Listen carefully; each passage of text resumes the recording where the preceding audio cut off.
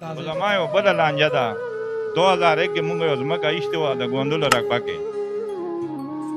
هغه مونږ څخه په موقع باندې 11 کناله نهه ملګمه د عمران خان له مونږه 2-3 ځلې دغه درخواستونه واستوله خو خلک چې دی هغه قبضه پرېږدي نه 11 کناله نهه مرلې 2014 کې نه مونږه تقسیم دعوا وکړه هغه تقسیم 15 کې منظور شو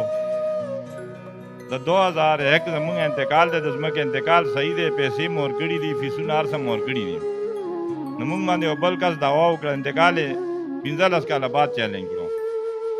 هغه کیسونه ټول بیا له زمونږ په حق کې فیصلې غونډې وشوې تقسیم هم منظور شو درج هم شو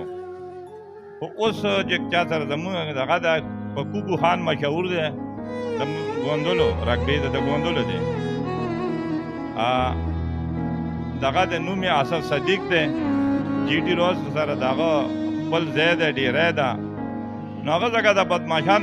ناستي اوس را باندې هغه کیس کړی مخکیني کس کیسونه بیا د زمونږ په حق کې فیصلې وشوې بې ګناه بې خطا مه کړئ مونږ عمران خان ته 2-3 پیرې دغه وکړو خو دلته ښکته درخواست ګډ وډ شي نو زه بیا هم که زما دا خبره ځي عمران خان ته ما ته مور ومویل چې ته عمران خان له دغه درخواستونه خو مو واستول هغه یې خوا ته نه کاروایي وکړو پر دلته نه نه کېږي هغسې دی قبضه پرېږدي نه هغوی څخه د ځمکه نه مونږ څخه شی زمونږ دی کاغذونو کې مونږ پسې لکه دلته تقسیم منظور شوی دی ترتمه پې ګډ شوې ده خو لیکن دی زمونږ ځان نه پرېږدي کوکو خان هغه بل کیسونه بیا له هغه په ارام کښېناستو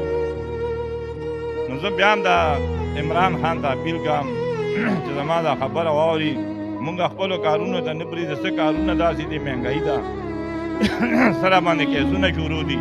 مقدمو کې وکیلانو هم پیسې ورکول غواړي د دوره ورځې هم راله ضایع کوي د عدالتونو هم ورځې ټایم ضایع کوي زمونږ هم ټایم ضایع کوي زه نو بیا درخواست ورکوم عمران خان ته چې په مونږ د لغوني کاکا جي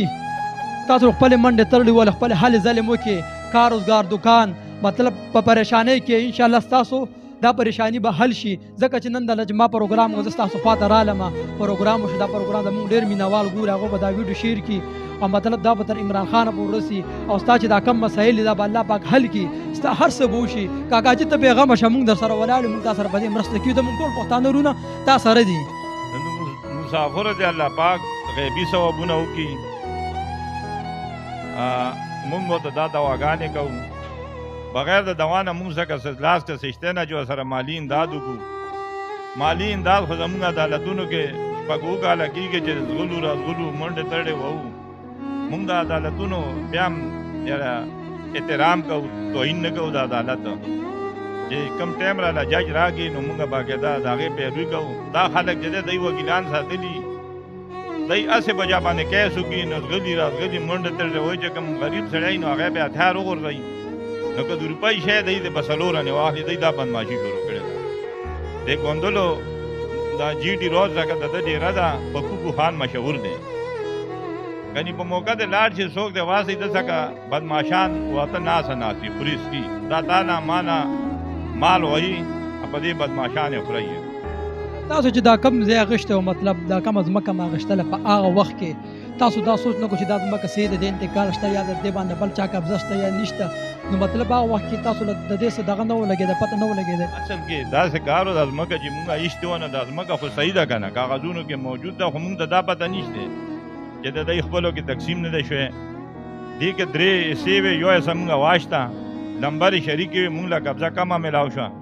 مونږ بیا په خوله باندې ډېر وکړو کوشش مو وکړو یاره چې دا زمونږ قبضه مونږ چې کوم ایښته انتقال لا پسې دی ځمکه صحیح ده انتقال هم صحیح دی مونږ پسې مونږ کوشش وکړو خو هغوی نه منله زمونږ خبرې بیا به چا څنګه یارولو چا